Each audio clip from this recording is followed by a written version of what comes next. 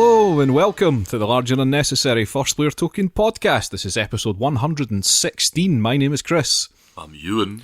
I'm David. And Pawel's not here again this week. I think the term is that the shit has hit the fan at his work. Oh, He's having a very hard time there. it's meltdown. He may well be absent for the next few weeks by the sounds of it. Oh, jeez. It's that bad. He's been glued to a desktop. Oh no, he's not just glued to a desktop. He's having to travel the breadth of the country and fix everybody's problems now. The poor laddie. Well, how are you doing, boys? It's Friday. That's irrelevant information to anyone listening to a podcast, but... I love when people do that in podcasts. Oh, yeah. It's Monday, It's time for the podcast. Really timestamp it. How are you, Dave? Yeah, I'm alright. I'm enjoying my Friday being here. Should we not? Are we not supposed to pretend it's Monday? I think, because Monday's our normal release day, so should we pretend it's Monday? No. Well, I mean, what I'm really not liking Tell today me is why. having to go back to work, and I imagine our listeners aren't enjoying that either, but we're here. That's why we release on Monday. We're here for you. We're Yeah. here for you at the start of your week. So we're here to talk about board games this week. We did promise a board games episode, and here it is. Yep. It's a wee bit late. It is. We've had another couple of issues getting together, but here we are, and we're back in the room. We're back in the headquarters. There's no internet this time. To get Pawel on that. Yeah, Pawel needs to fix it. We'll put that on his to-do list on top of all the other things he's going to have to deal with. It sounded grim what happened, by the way. It really did sound grim. Anyway, let's get on with talking about some board games, because we've played a variety of games, I think. It's fair to say. It's a pretty diverse array. Yeah. Although, to be fair, I don't really know very much about the second one, so... Oh, that's true, because I'm the only person that played it. So I'll have to take your word for it that it's... doesn't bear If any you start describing similarities. us a bog standard worker placement game. Well, have you played any Euro games lately? I haven't played Thankfully, any no. for a while. You haven't? I know you, and you are our Euro game correspondent. I'm jonesing. You're Johnson. Well, you missed out on this one, mate. So our middle game's going to be a Euro game. But first up, we're going to talk about something completely different, which is Chronicles of Crime. Dun dun dun. And Dave, you're going to take this one. Do it. I am. Chronicles of Crime is a detective crime-solving game that you play cooperatively. Yes. Yes. Yes. Like I think most crime-solving games. No, actually, that's not true. There are some that are sort of competitive. But this is the narrative style, I would say, even though it doesn't have any written text. Oh, no, it does. It does have a little It does on bit. the app. Yes. But the actual pieces themselves are... I never got to see the app, so... Oh, no. We looked a couple of times. Actually, that's a lie, because the cards have text on them. The item cards, They do the have, things yeah. that you find. They're more generalised. Okay, yeah, right. Well, yeah, we'll get around to that because that's one It's of very important. one of the aspects. One of the more amusing aspects is the item cards. Yeah, so this is an app-driven game, as Chris hinted, and the app is a very. It's like a pivotal part of the game, Yeah. I would say. You definitely cannot play without it, and it's hard to imagine the game without the application, because the way it starts is there's a board in the middle. What's in the center of the board? Oh yeah, it's an array of spaces. Which are empty you're to begin kind of with. you're building up Yeah. your sort of evidence and your information. Well, this as is you it. go through. Initially, you don't see anything. That's what I was going to say. It's just a board with some spaces on well, it. it's supposed to represent a kind of like whiteboard thing that you're pinning things to and linking that's together. right. The sort of traditional, as you see in the movies and cop dramas, the board Yeah. with all the characters on it and the little bits of You thread. puts connecting. bits of thread, and someone goes in. Why have you done that to my plastic whiteboard? Yeah, and interestingly, that's not those bits of thread. That's not actually something you do in this game. I would say. I'll come back to that though, because we've Have spoken. you got a point to make of it? Yeah. So initially, there's nothing, because what you have is the chief of police who's sitting at the bottom, and you're in Scotland Yard because this game is set in London for some reason, and the chief of police, you can see his face there, and he has a little QR code. Remember them? Remember those things, people?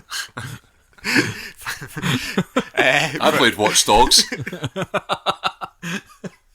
And what you do is you take the device that you're running the app on and you scan the QR code that's on the chief of police, and he guides you through the case and basically the initial setup of the game. It's one of these games where you start from nothing. They're becoming more common. Like the new Arkham Horror did that. What was the game that I kickstarted? The French one with the numbered cards. The name is Seventh Continent. Seventh Continent. That works the same way. One card goes down and it kickstarts. I still haven't played that. I know. Well, I'm gonna. The second wave is coming in, and when it comes, I'll bring it over and we'll play. We all want to play Seventh Continent. Yeah, Dave. we're not going to play the second wave stuff, but at least that'll be a prompt for us to do that. So he'll tell you a bit about the case, and there'll be certain key people or items, and you go through the decks of either people or key items, and they have numbers on them. So it will say like put out person number. Well, it will say the name of the person, and they'll be associated with the case in some way, and it will tell you what the number is, and you go and find them. So that's one of the interesting things about it, is you've got a deck of faces, people, but they don't have any names or other information about them on there. They just have the QR code in the bottom right, and that means they can be reused in different cases, and they can be different people in different scenarios. You put out what the chief tells you about, and he might tell you some locations as well that you can go to. Again, those have QR codes on them, and you put those at the side of the board. And then the first thing you're going to do in the app normally is talk to the chief of police after the setup, because it's sort of recommended that you do this, and he gives you a little bit of He's going to give you a guidance. bit of background, probably an initial location to go and visit, or some people that people of interest to speak to. Just a general kind of starting point. And those people would be perhaps in a location. They're not in Scotland Yard. So one of the first things you might do is go to one of the locations. Yeah. Moving to the location, is that done by scanning the QR code on the location? Yeah. You scan the QR code. As soon as you scan a location's QR code, you move straight to it. Yeah, and it will give you a bit of information about what you can see. It might tell you to put out some new cards for people who are there. And one of the most important things that you can do in this game, other than scanning QR codes to interact with the various components of the case that you're trying to solve, is you can examine locations where you are. And you do this through the app, and it's a thing that you choose to do. Everything costs time, incidentally, and it is one of those games. And when you examine the location, it gives you... it's slightly tricky because it's not quite VR, although it can be if you've got the VR add-on, but the sort of bog standard one is it shows you, it's like you look into your phone or your iPad, so you have to hold it up because it uses the motion sensor, I think. Yeah. So you can move around, you sort of rotate on the spot, and that'll pan round. And what you're doing is you're looking for clues. And this is quite an interesting bit, because you'll see something like, we were in a park initially for the first case that we did, and you look around and you're like, oh, what's that? And the things that you think you can see, you can then go through the deck of, I guess they're clues. Clue cards, yeah. They are clue cards. And they have all sorts of things written on them, like the first one is food, which I just find really amusing. I don't know why. Food. So I can see a pizza. It's like, so you shout out all these things, and kitchen utensils, like signs and symbols. That's a really good one. Plants, park. Yeah. Oh, we never said plants when we were in the park. That is a good point. There were plants everywhere. I think it was too obvious, Dave. That was the problem. we were looking for the obscure. Yeah, that tree could have been really important.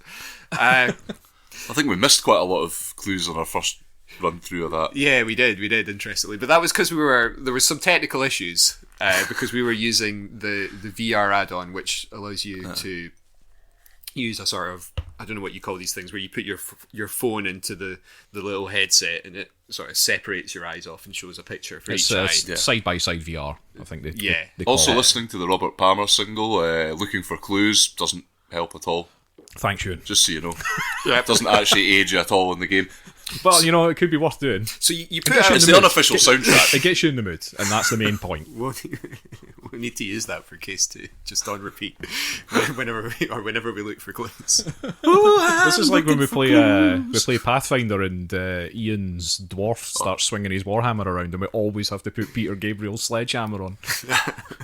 It's funnier if it's an 80s single. Basically. There's something about the 80s that makes everything funnier. They've got very specific titles that work with things. Yep, anyway, so you get your clue cards that you think you might have found from the deck, and you can scan the QR codes that are on those, and it will tell you if what you think you've seen is actually what a clue. Yeah. As opposed to just like your imagination. And then, if that's the case, you get to put them on the evidence board alongside any other stuff that's there. So that's pretty much how the searching for clues bits works. Yeah. So it's quite an interesting aspect. It's essentially used as a kind of, because the cards are quite general, but then the app provides information that's specific based on what you're seeing with that crime scene and everything like that. So it's just a way for you to kind of have that level of interaction with it, where you're at least using your powers of observation. Yeah, but this is also something that I think could only be done with an app. Yeah. I suppose there's that whole hidden object thing that you get in. I guess you could kind of do it that way, the kind of Where's Wally, or you look through those terrible iPhone games where there's just... no. You know what I mean? Where there's like a really complicated picture and you're like, is it the tennis racket? Yeah, you have to turn the thing around. It does seem... This is not like something I've done in a board game before, I would say, this particular aspect of it. But anyway, it's fun. And then everything else you do, like, you can do by scanning the QR codes. So you can talk to people, and then you can, if you want to talk to a person about a clue that you found, or a key item, because there are sort of key items that you might uncover later on in the game, is it like you scan the person first? Yeah, so that puts you into interrogation mode. Yeah. And then you can scan the QR code on the item that you found. Like maybe you found some food. The game will tell you more specifically. It's not just food. It will be like I don't know, a pizza box, let's say, just randomly. So you can ask them about the pizza box, and then they will react to it in some way, or maybe they won't, and that gives you some background information. But always you're unlocking new locations, new people, and so on. Now, there's more that you can do, though, because in addition to this, you always have available to you 4 experts, and you can consult with those. We've got the doctor, the scientist, the hacker, and, and the criminologist as well. So, if you want to do a forensic report... Well, maybe that's not the best example, because that could be what was one of the things we wanted to do was the cause of death. Yeah. So we had to consult with the doctor about the victim. Yeah. It took us that wasn't immediately apparent. We sort of figured that out ourselves. I think a lot of it was we found ourselves going, what information are we missing here? But we got a bit distracted because we were too busy like interrogating people and asking people about various things. And then we were kind of like, oh yeah, we've got the doctor and stuff here as well, haven't we? Yeah. It took us a little while before we remembered that they existed. I think the game's bring it to a point where you're going to structure your investigations a bit more. So you'll be like, okay, I need to know this, and this is who I need to go and speak to find that out. Yeah, because initially we didn't know the cause of death. Yeah, and it took us, but we did speak. Like you even said, like, how do we figure out the cause of death? And then eventually we sort of twigged okay, that we need to speak to these. It's like doctor, victim, and then it was like, oh yeah, that did give us the cause of death, and then that was really, really helpful because we definitely needed that. That was very important. And there was a little bit of figuring out of what the 4 experts are for. Yeah. Especially the criminologist, who we've not quite...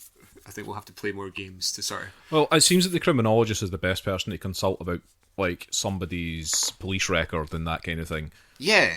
And, that's not immediately apparent. Yeah, I know, but it was... when you look at the 4 people, of all those 4 people, he was the one that was most likely to give you that information. And I think that's what it's kind of about. It's more about deciding which of the 4 experts is the best person to ask about each specific thing, and it's just figuring out who fits into that box the best.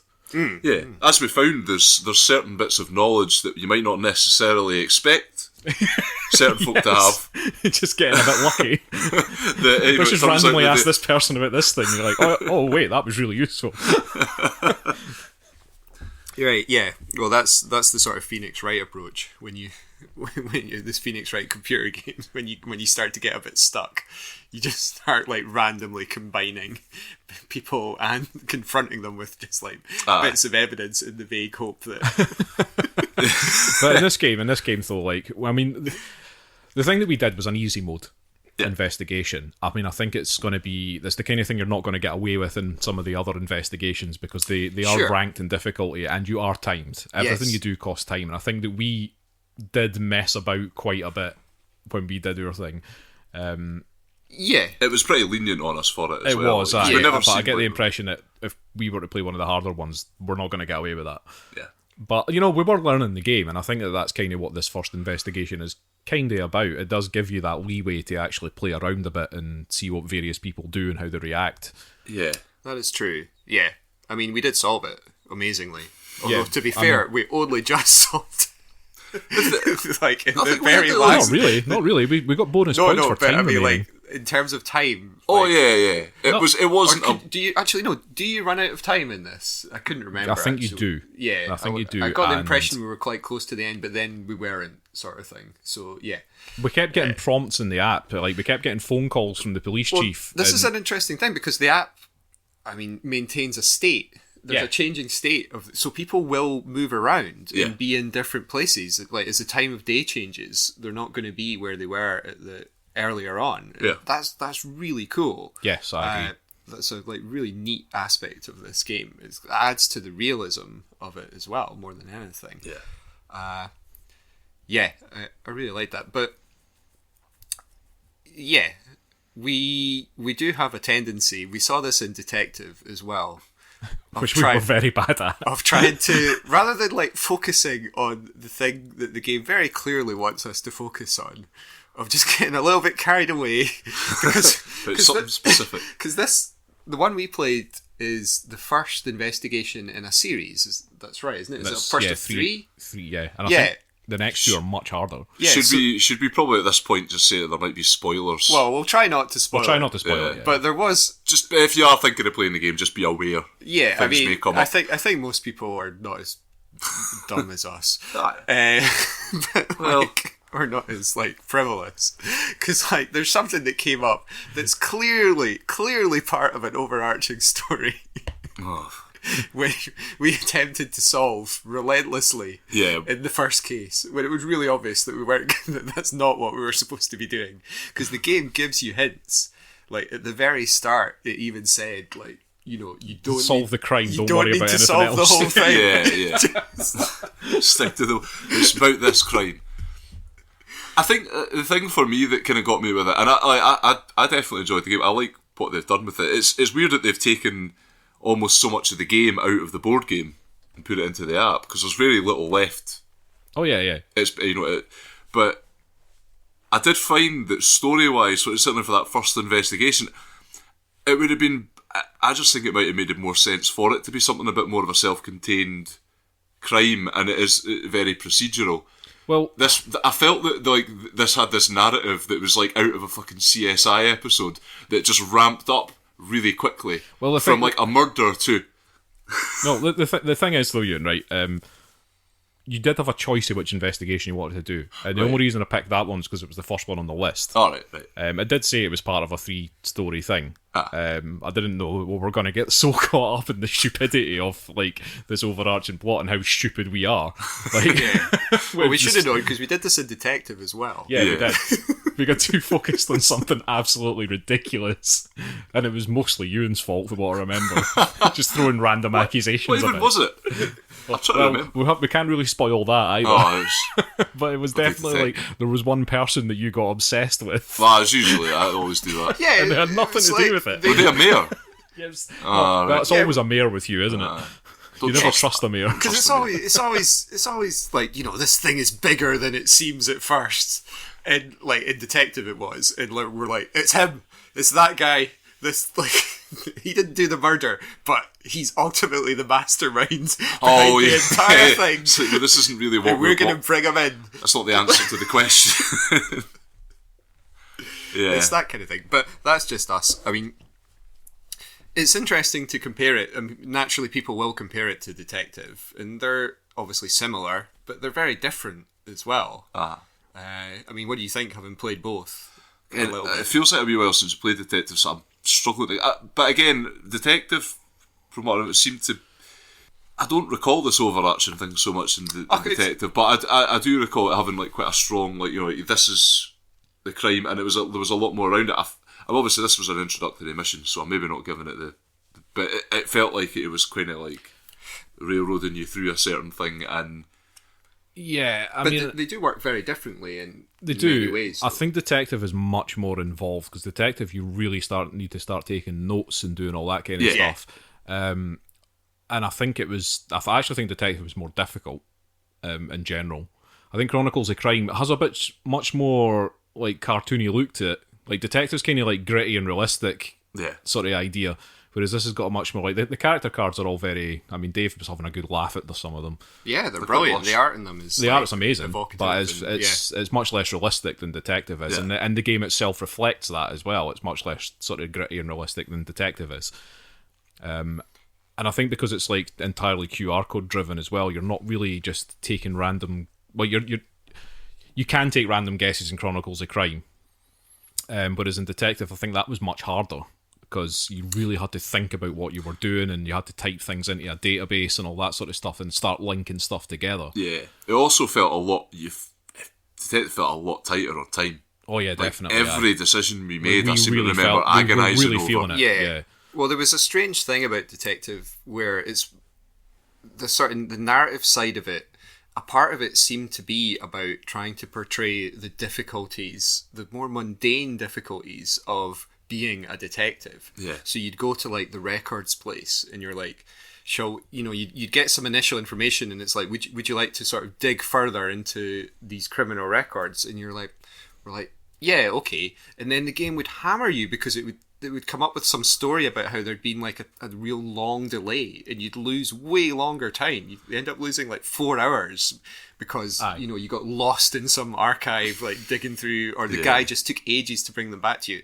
It's a slightly unexpected aspect of it, but it's more, I don't know how to describe it, like more story based. Yeah, totally. Whereas Chronicles of Crime is more abstract in a sense. Just because of the cards and the QR codes and the stories in Chronicles of Crime are much more bite-sized as well. Mm-hmm. Like in Detective, it could be a lengthy things that you were reading and trying to figure out and stuff, whereas in Chronicles of Crime, it seemed much more straightforward. Yeah.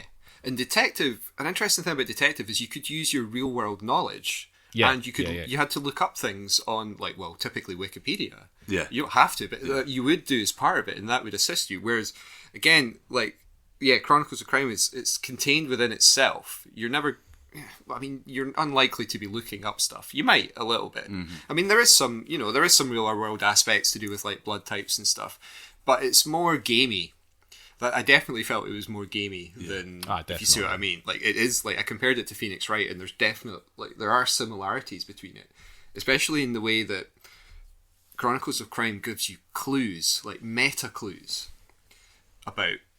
You know what I mean? Like they're not like literal, not the clues that you find in the game. There's like little nudges in there, at least in the case that we played, to sort of prompt you. And this is the sort of this sort of thing might be very important, and you've got to look out for them. Yeah. That Phoenix Wright is totally like that. It's not really about solving. Like the game itself is never about solving a crime. It's sort of looking for these sort of nudges and things. Yeah, it's they're different experiences. Yeah. Detective, it's like you get a group together and you like that board that we're talking about, the detective board with all the threads and stuff connecting things together. The game Detective wants you to actually create one of those and take proper notes, whereas Chronicles of Crime kind of creates it for you with the assets. So Detective's more cracker, and Chronicles of Crime, touch of frost.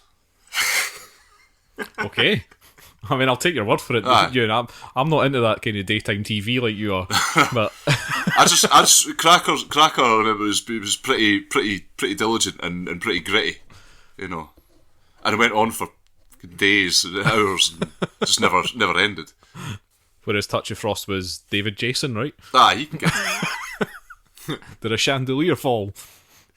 Did he fall through a bar, Euan? I think at one point they do an entire episode where it's just him falling through different bars. Just only fools and horses jokes. Triggers in the background of every single one. He makes a face. Right, anyway, we're going to have to wrap this one up here. But Chronicles of Crime, I had a lot of fun with it. I mean, it was more fun than Detective. I think Detective was a much harder. I'm not saying Detective's a bad game; it's a very good game, but that was a slog sometimes, and it really, really made you think. Chronicles of Crime a bit more straightforward, but we haven't tried any of the harder things yet, so I'll maybe reserve that. Our opinion might change. But they're like, I mean, Detective is like that's a game for an evening, isn't it? Oh, yeah, you got to sit down with the right people in the right attitude. Aye. You can't be like And rushing, set a few hours rushing aside, through it. Sorry. Because we got through that first investigation of Chronicles of Crime in about was that, about an hour and a half, and it was a lot of fun. Yeah, I really liked it. Anyway, yes, Chronicles of Crime. Dave, who's that by? It's by Lucky Ducky Games, designed by David Sicurel. Or David, perhaps. I'm not going to make any further attempts to pronounce it. It's just Lucky Duck Games, by the way. It's not Lucky Ducky. Well, it should be. It should be. Okay, right, moving on. So yes, as we mentioned earlier, I was the only person that's played a Eurogame recently. And I played Lorenzo Il Magnifico, which how does that translate into English? It's I think it's Lorenzo the Magnifying Glass.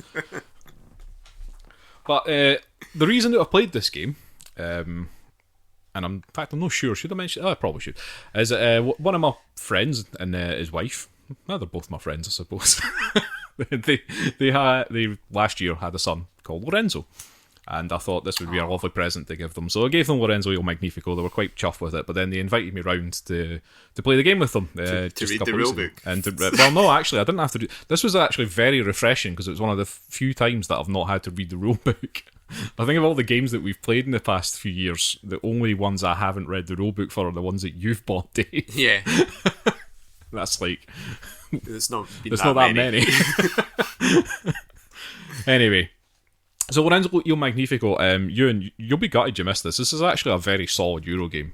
It's because it's a Eurogame, it's going to be quite hard for me to describe it and keep it sort of too dry. Not make it sound dry. Yeah. But there's a lot of things going on in this game, so bear with me. Okay. The main mechanic in this game is that you have 3-coloured dice, and they're big chunky dice, and there's a big board on the table, which has like 4 towers on it in various places. So this is a worker placement game. There's various places that you can place your workers. But the point is that these 3 different coloured dice, I think they're orange, white and black, if I remember right, is that you roll those dice. The person that's the first player rolls those dice, and each player also has a worker of the same colour. So they have an orange, a white and a black worker. And the numbers that come up on those dice determine what you can do. So everybody uses the same numbers. So if the first player rolls, say, like a 4 on the orange dice, and everybody's 4 marker is worth 4. 4 markers. Everybody's orange marker is worth 4. So the board has these 4 towers on it. And the 4 towers, they hold cards. Okay, now the cards are 4 different colours as well. Again, this is Eurogame territory, like I say, so it's quite confusing. But they're 4 different colours. They're blue, purple, green and yellow. And you arrange them on the towers. So each tower has 4 cards in it. And all the blue cards in one tower, all the purple cards in one, blah, blah, blah.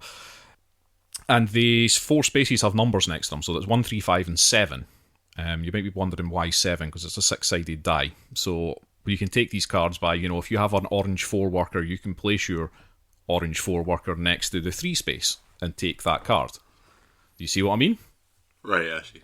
Now, you might be asking, like I say, why is there a 7 space if the most that you can roll is a 6?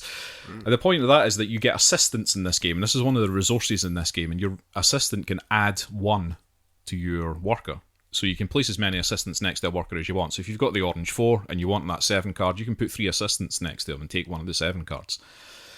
Now, the other spaces on the board, I will kind of explain these a bit more later, but one of them is a blessing space, and that gives you some extra resources of some type. One of them is a production space.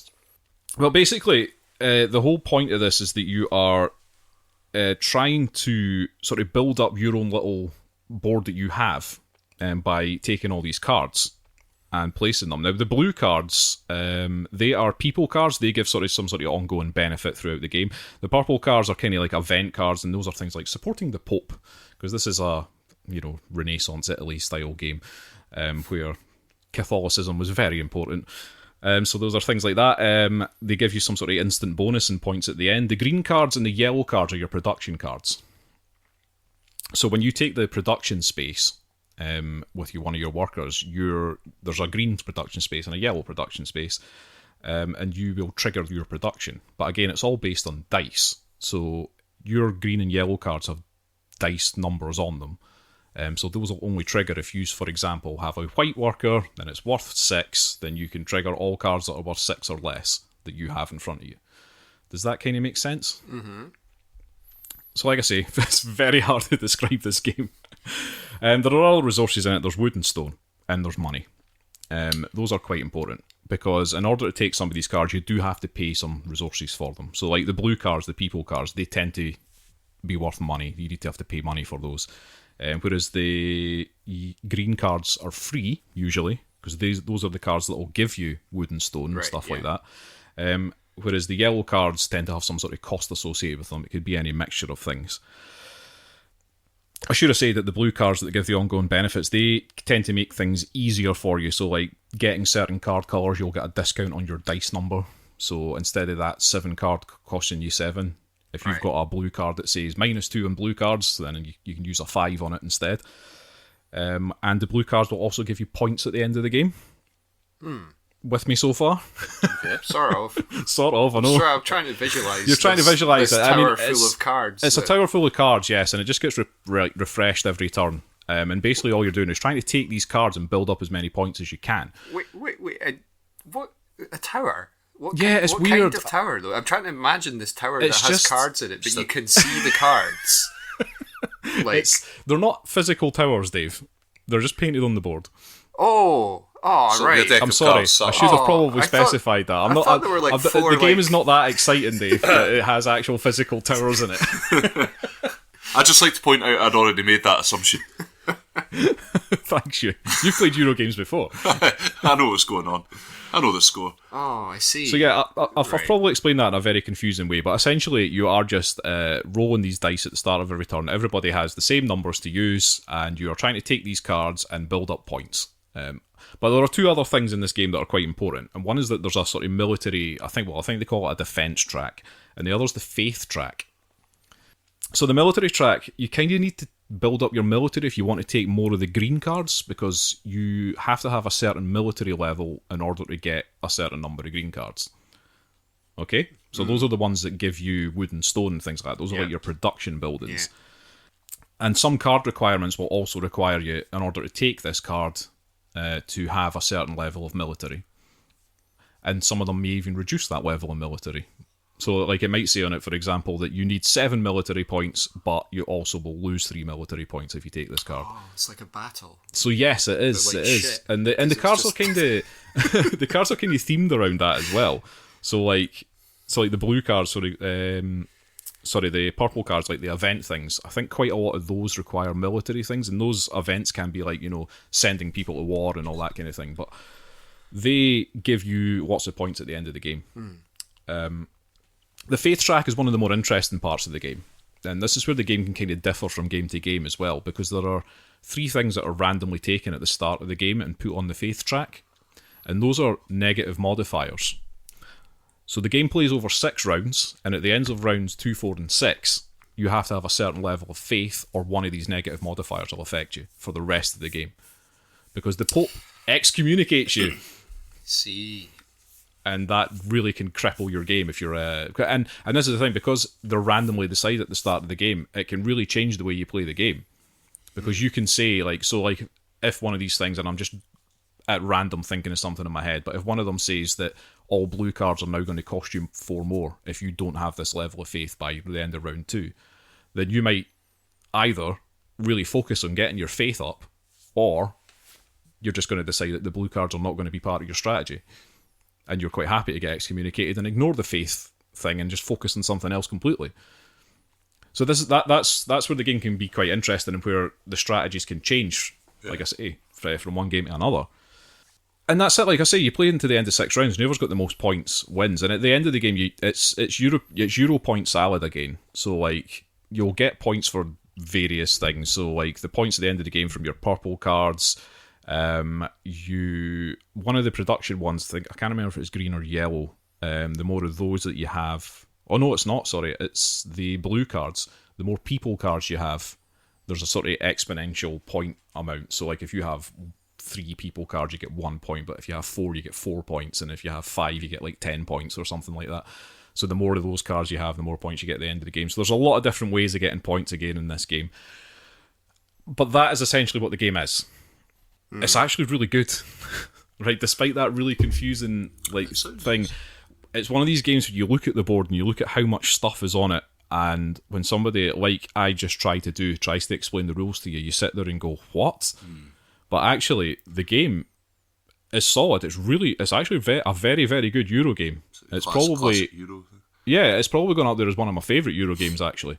Like, certainly mechanics-wise, it sounds like it's taken just maybe some inspiration from Roll for the Galaxy, just in terms of like just the way you're talking about the divisions of the cards and all this sort of stuff, and and the use of dice. I can kind of see that. I mean, not fully, but just like maybe a little bit of that kind of.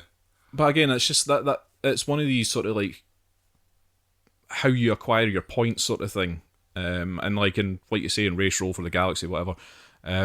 There are different ways you can acquire your points, and yeah, it's the same in this, and because it's all sort of mostly card based in this game, I can see where you're getting at. Yeah. But it is, and I mean, Euan, I think you would really enjoy this game. I love it. I love a good Euro game. Aye, it's just got a lot going on with it, and then like by the end of the first round, it all clicks. Like it all kind of clicks. There is one there's other things. So like the money in the game, for example, you mostly use that for buying cards, but if somebody puts a token in one of the towers, so let's say the purple tower, and you want to then place a token in that tower as well later on in that round, you have to pay 3 coins for it. So like you're constantly using up your resources, and one of the things in this game I found was that it was one of these games where you ended up with a massive pile of one type of resource and none of the others, because you were just like totally struggling with that. And it's like, yes, I've got all the woods, but I am completely skint. I've got no money. So it was battling again. It is one of those games where you're constantly kind of up against it. You're constantly trying to figure out how you're going to get the next thing, and where your next load of points are going to come from. Because I didn't feel like I had a long-term strategy as much as I was just kind of playing tactically in this. But I mean, a part of that nature is because the cards are refreshed every round. None of them stay on the board. There's new cards come out every round, so it's not like you can say, well, next round I'm going to take that card, because that card will be gone. So you like playing tactically in this game is, probably the way to go. Right. Long-term strategies.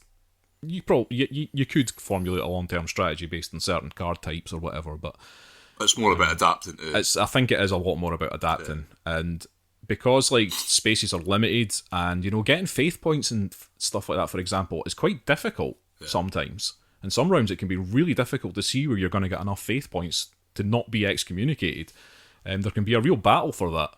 Okay. Like people are just like, if like only 2 of the cards come out that are going to give you some sort of instant faith point bonus, people are going to fight for them. So yeah, there's a few things going on. I'm not going to say much more about it other than that if you like Euro games, then I would definitely recommend it. It's solid. Sounds grand. So yes, that's Lorenzo Il Magnifico. There are 3 designers here, and I'm going to absolutely mutilate their names. So here we go: Flaminia Brasini, Virginio Gigli, and Simone Luciani. I think that's sounds pretty Italian. That sounds pretty Italian, yeah. Good art in this game as well. The artists Clemens Franz, Andrea Katnig, and Andreas Resch. And that is by Simon, strangely. Huh. Okay. let's move on to something a wee bit more... More up something my a wee street. bit more harrowing. Yeah. It's more my kind of thing. Yeah, more Dave's kind of thing. Something Dave can game and not have to think about the theme.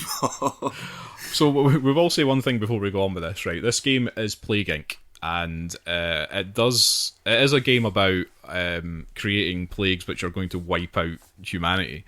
And it comes with a lot of symptoms and stuff like that. In a some few of them moments, can I'm going to be reading out some symptoms. Yeah, Euan's going to read some of these out, and it can be very harsh. If the idea of, getting horrible symptoms and wiping out people across the world is something that disturbs you or gives you the fear, then I probably wouldn't listen to this. But otherwise, if the rest of you sick people can listen to what Euan's going to say about Plague Bloody Inc. horror. Go for it, Euan. All right. Well, yeah, we literally just finished playing Plague Inc., which is a board game adaptation of a long-running popular smartphone app, which I think both you and I have played. I've played I don't know it. if you played it, Dave. It's the sole reason why I bought this game. Yeah. And it's a pretty solid app. If we've not mentioned it before, it's essentially just the theme you mentioned. It's you're trying to wipe out humanity. You are playing as either a bacteria or a virus, and you can you'll gain evolutionary points as you go, so you can sort of upgrade yourself and make changes to what your virus or bacteria does, and how disease manifests itself. Now, in the original app, it's fairly straightforward. The idea is you're trying to basically wipe out humanity, and if the human governments if they start to work out what's going on, they can see a pandemic happening, they're going to do everything in their power to stop that. So that's your kind of limiting factor there, and you're trying to sort of avoid being detected while also still trying to be able to transmit the disease. All those factors are still pretty much involved in the board game version, but it's more, you're kind of more restricted by yourself and other players than something that's outside of it, like it is in the app. So they've changed roughly how it works, but yeah, because you're competing against other diseses. Yeah, essentially. Whereas I assume that wasn't the case in the app. You're just one disease, just it's a solo app. Yeah. So yeah, you're in this board game, you're attempting to be the best disease at wiping out everybody. And you do this through a variety which is even more worrying. Thematically, actually, this never occurred to me, but yeah, this is thematically slightly strange. It's because there's a few things. You definitely, while playing this game, make moves that manipulate the presence of the other diseases on the board, because it is an area control game, and that's... It's not to be taken too literally. Yeah. We discussed a few bizarre points in this game. Yes. That Dave, it's a board game. We can't... One thing that I'll point out is that they've taken the words airborne and waterborne and slightly subverted their meaning. But again, it's for practical purposes. The app does the same. Sorry? The app does the same thing. Yeah, yeah. And again, it's for... I'm pretty sure, anyway. Totally understandable reasons they've used certain words, and But essentially, we've not gotten into the game. So it plays pretty straight. It's a fairly straightforward turn order. It's a couple of phases, and you run through, and essentially you're just trying to get your little. You've got little tokens to represent your disease. There's basically the board represents the world, and it's split into 5 continents. And you've got country cards that you place onto those continents, and you have a deck of those that you're basically burning through to 6 continents. The duration of the game. There's 6 continents. 6 continents. Oh, so there fucking is. I always count America as one. You can't just stick north and south on things and then say it's a different one. They've been trying that in South Queensferry for years. So yeah, essentially, you're trying to infect cities in these countries as you pull them out. Once you've infected, or certainly once all the cities in a particular country are infected, that country is then at risk of being wiped out, which you'll determine at the end of your round, depending on what sort of goes on during your turn. But yeah, it breaks down pretty straightforward. So you'll collect DNA points at the start, it's like your which will allow evolution points. Dave called it income. Yeah. Income? Ah, yeah. Just call it income. They've really abstracted this game. Which enabled them to win, I think. No. Not quite. So yeah, you collect your income in DNA. But your income is based on the number of cities that you can, countries that you control. Number of countries you control. So sort of majority, or Yeah. or Because tied. the area control thing is the important part of this game. Chris did want me to point out that this is an area control game. It's very much an area And control game. it definitely is. Yeah, because you control areas. Yeah, it's all about controlling areas, It's really. a game. But yeah, you'll be able to then have an opportunity to, well, you draw a country, so you place a country onto the board. Yeah. You can choose to discard that country along with all of your trait cards that you have in your hands. And then you'd have to pick up a new hand. After you've drawn up and placed your country or discarded your country, you can then spend your evolution points, your currency, to upgrade or to evolve your disease in some way, virus or bacteria, whichever it is. And this will give you, extra traits, like it might make you more infectious, it'll allow you to transmit the disease more easily, it'll make it more lethal. That's the gist of it. Also, more adaptable to certain climates. So you have hot and cold climates, which you can become resistant to, and your disease can't enter those without being resistant to them.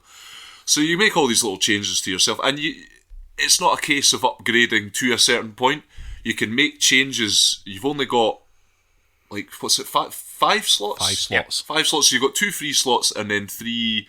Well, it depends on what you've... Because the virus has got 2 free slots and the bacteria's got 3 free slots at the beginning of the game. Oh, right, okay. But the virus, you can cover up the other slots, so there's 5 in total for both. Yeah. And you can cover up the other slots, but the virus and the bacteria start with different traits at the beginning of the game. So the virus is much more random.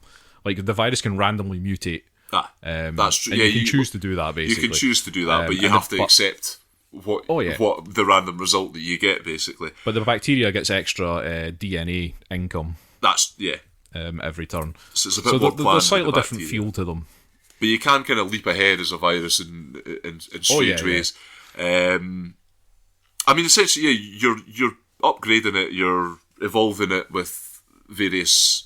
You cause various symptoms. Pretty horrendous things. Yeah. So as I mentioned before, you've got your cold resistance, heat resistance, and then becoming waterborne and airborne, which allow you to travel to other continents. So wherever your disease happens to start out, if you're in a country that has port or sea or airport links, you can travel to another continent. We should say that, despite what you might think, and it's not thematic, but not all countries in this game have sea and airport links. Again, there's been a lot of decisions. They've made some decisions about that, and I can understand it's very gameplay reasons, but you do tend to find that places like, the USA will have sea and airport links, whereas countries like, like Bolivia, for example, or something, doesn't. Don't be offended. I know, and don't be offended if your country doesn't have sea or airport links. South Korea. No airport. South Korea doesn't have an airport yet, but it does have sea links. But this is a very, very important part of the game, controlling or manipulating your ability to spread from continent to continent is super, super important. Yeah. Throughout the entire game, it plays a key part, and you're always thinking about this, I would say. Well, I guess this is how they've kind of reworked the central kind of tension in the app into the board game, where they've made it more about keeping yourself on the board, but you're kind of responsible for that. So, you're not going to get cut off from countries because they suddenly realise there's an outbreak. You're more likely to be affected by your own actions, and you're only going to be affected by your own actions and certain things that other players might do as well. Yeah. So, once you've kind of sort of spread out a bit, you're then looking to try and wipe out countries, essentially. And this is where things start getting a wee bit more complicated. So at the end of your turn, if you control a country, and that means you've got a majority of the cities infected with your disease, and that country has every single one of its cities infected with any kind of disease, it's ready to die. Aye. Basically. So you're going to be able to roll at the end of your turn. All the disease, I think bacteria or viruses all start with a lethality of 1. Yeah.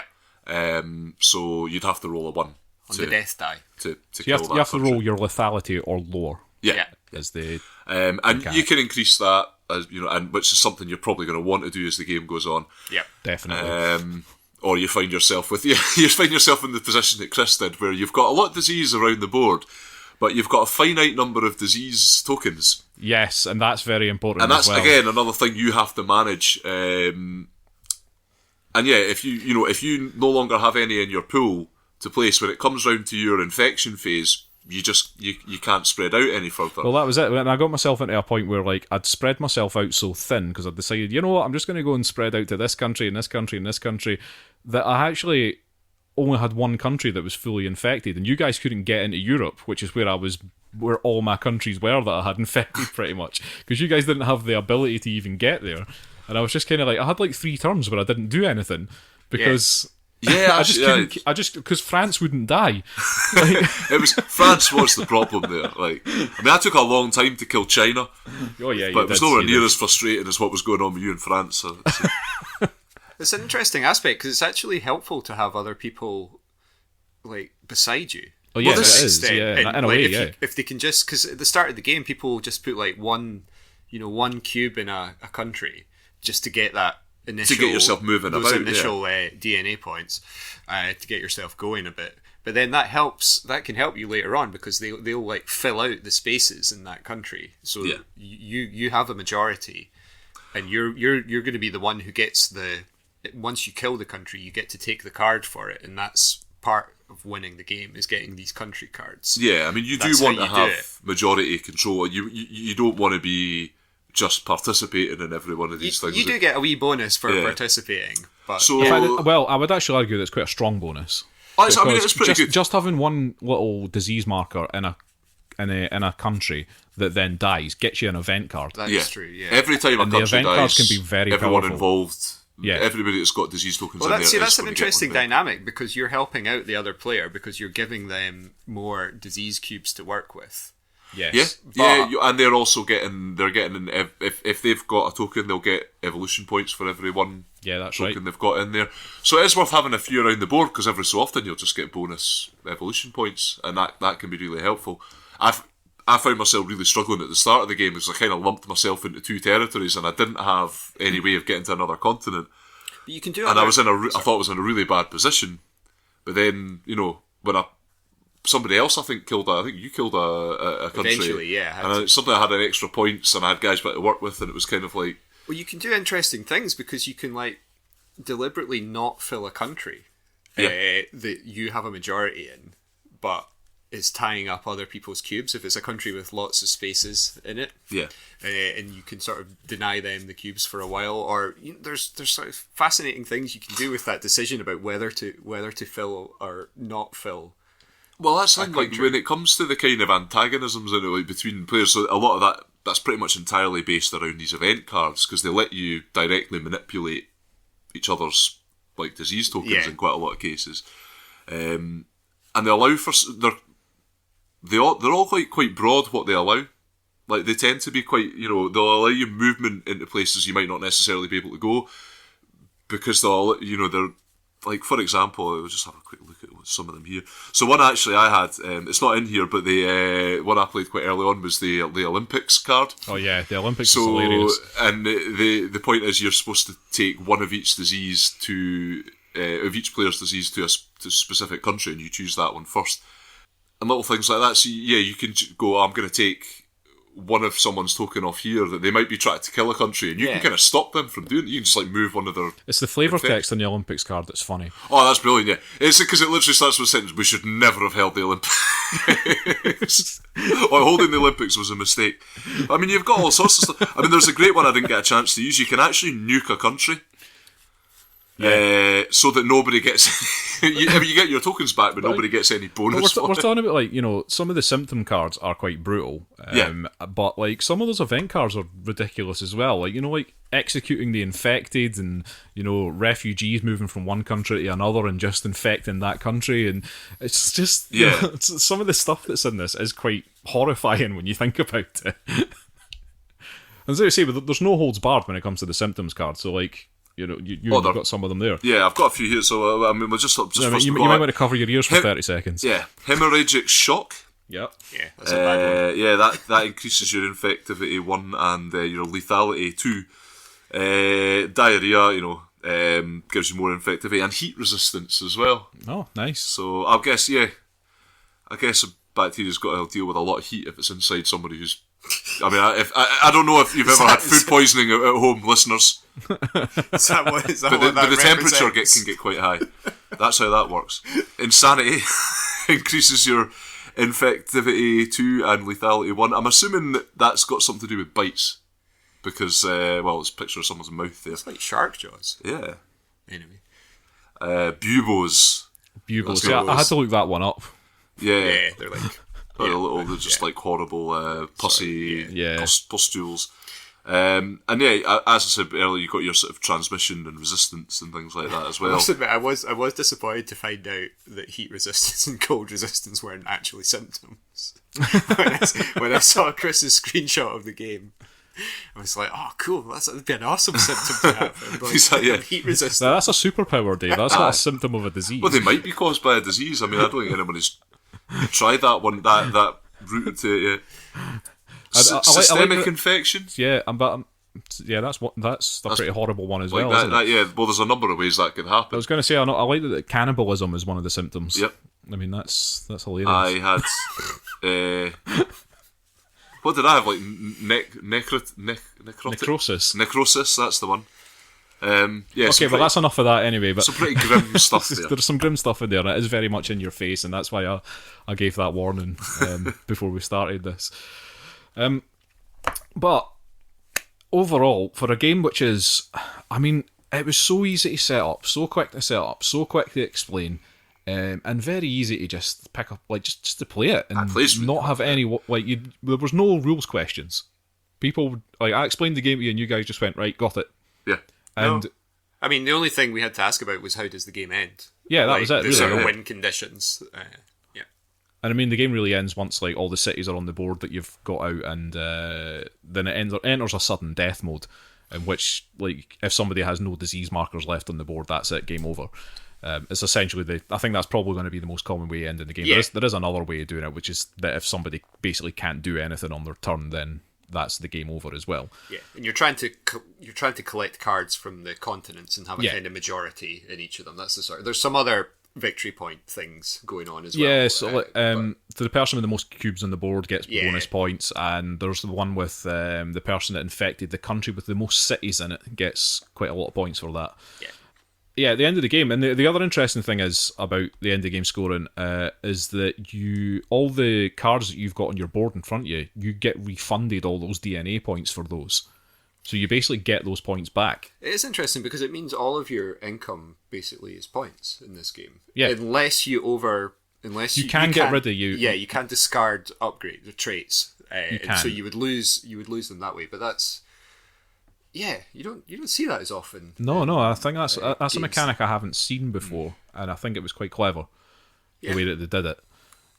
Because it does mean that it's a pretty tough decision about whether, do you bin this trait card in order to put a different trait card that might, make you more lethal, but then you're going to lose all the points for that trait card. That's very first true. One. And because you've already spent them out. You've already spent them. That track is your victory track as well. Yeah, that's right. Which is kind of interesting the way as well that because you always get points when you take a token back. Just the fact that being involved in as many countries, you're going to get points for that. Yeah. But it also meant that generating DNA was important, or still had value throughout the game. Yeah. Which often in these games that's not the case. Like initially, it becomes less important at the end. It doesn't really let up. It felt like we were sort of entering an end phase of the game, but we ended up. It didn't really affect how we were playing, apart from just who's going to end who's going to do something to end the game. We're like, no, we're going to keep going with this. Yeah, I mean, you could just decide to keep going until all the cities are gone, but we didn't get to that stage. But yes, like I was saying, it's such an easy game to play, and yet it's so well designed, and it's actually very, very good, and I really enjoyed it. Like I say, it does have a horrifying theme, but if you can get past that, which we can, it's a solid game. It's actually a really solid game, and it's a really solid area control game. Yeah. which changes constantly as well. So it's not like one of these area control games where you can just kind of turtle up and that's it. Yeah, because once you kill a city, it gets taken off the board. Yeah, that's it, and then you're pretty much having to start again. Yeah. While also having something to move on to. It's like because you have to keep planning ahead. You have to make sure your disease is spread into other countries, because the worst thing you can do in this game is actually wipe your disease off the board, unless it's the end of the game. Aye, and it's like, it just requires a certain set of circumstances for something like that to happen, and you're like, oh... Because the way as well that... There was a couple of moments, wasn't there? Well, I think as well, I'm wondering why this is made, because I thought it was interesting that they had, I know the games do this, but the entire player phase is played, and then you move on to the next person. There's a real bit of a squeaky bum moments where it's like, alright, you've got two people to play through, and you're like, can I trust anything that's going to happen when it gets back round to me? It's really difficult to make a concrete plan for your next turn. I mean, that is true. It gets you hedging your bets a little. I definitely noticed that, though, when we were playing it, which is something that's worth noticing. Is like, I looked at the board after my turn, and I was like, there's not really that much point in me thinking too much about... I mean, I've got a general idea, but I know things are going to change. And so you do have to wait for your turn to come round before you can really finalise. Because, how many players does it take? Is it 4 total? It's 4. I think there's a 5th player expansion for it. Yeah, well, even more so. And actually, on that note, there is an expansion which is on Kickstarter right now, I think, and it's just about to finish. So probably by the time this episode goes out, unfortunately, it'll probably be finished by then. But I think that might add a 5th player, but it also adds 2 new diseases into the game. One's the fungus. And what's the other one, though? The other is I think it's a biochemical weapon. That sounds amazing. And there's other things that it adds into the game as well, I believe. Like, for example, they do have a modified version of the world that you can play, which includes Brexit Britain. Right. Which I found quite interesting. Is Britain just its own continent? I think so. I think it is not connected to anything. And it just falls into disease almost immediately. The 8th continent. I think it possibly just loses its air and sea ways or something like that, but I can't remember. But I remember looking at it and being like, "Oh, that's quite interesting." But there's other, it's variations on some of the countries in the game, so that you can change the way those countries work. Because there is one for global warming as well, I think, which makes possibly some of the sort of cold countries temperate or hot. I think, possibly just as a joke, they made Greenland a hot country or something like that. So, a joke or possibly making a point, who knows? But yes, Plague Inc. It's... Oh, God, I really enjoyed this game. I would definitely play this again, because it played so quickly as well. It was like an hour and a half or something. Yeah. For what it is, it was actually really, really good.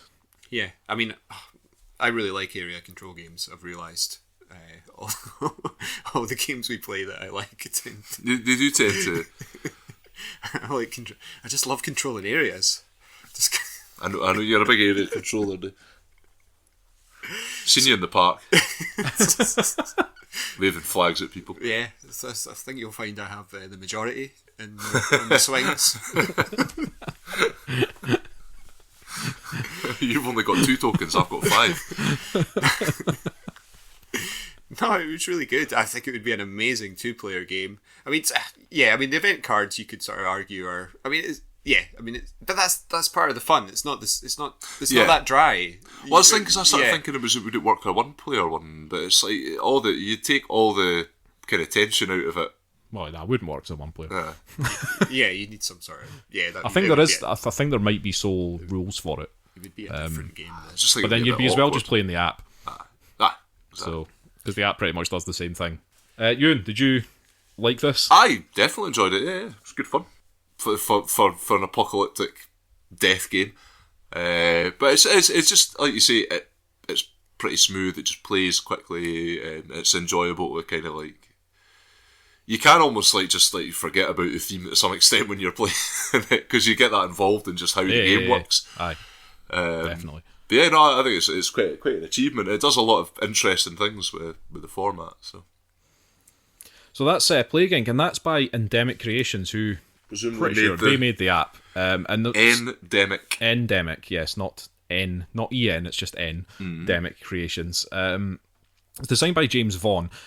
It's not often that you find a game which has been translated into a board game, you know, like a video game or something like that. It's been translated into a board game by the company that's as solid as this is.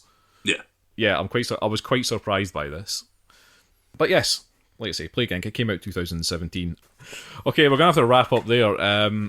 So we will do our internet stuff. If you want to email us, you can do so at firstplayertoken@gmail.com. That's FIRST player token. If you want to get links to all our social media stuff, go to your website. You can also find out some interesting facts about us there. It's freshly up on the internet, the website. So it's firstplayertoken.com. Again, FIRST. But if you really want to keep up with the mindless chat that mostly me and Pawel have, you can find us on Twitter at 1STPlayerToken. That'll be once player token, I believe. Thank you very much, Euan. And we are part of the Podnose Network, the UK's leading entertainment podcast network. What's going on there, Euan? I mentioned my classic tune with Mike Norris the last time, didn't I? Yeah, you did. Just purely because it had been months it had been on there and I hadn't mentioned it. So I'm going to go back to the classics and mention... I want to say, the Bitter Sound, actually. Frequent contributor Davian Dent, who turns up on a number of their podcasts. It's a little sort of weird stream of consciousness thing of his. It's quite fun. So and what's that about? Was it just him talking? Just him, just doing his thing. Okay, well, you want to check that out, you can go to podnose.com and find not just that, but a whole list of podcasts on various topics, and we are happy to be part of that. Okay, well, that's episode 116. We will be back next week with some video games. I've got a few to talk about. But until then, thanks for listening. Bye. Bye. Bye.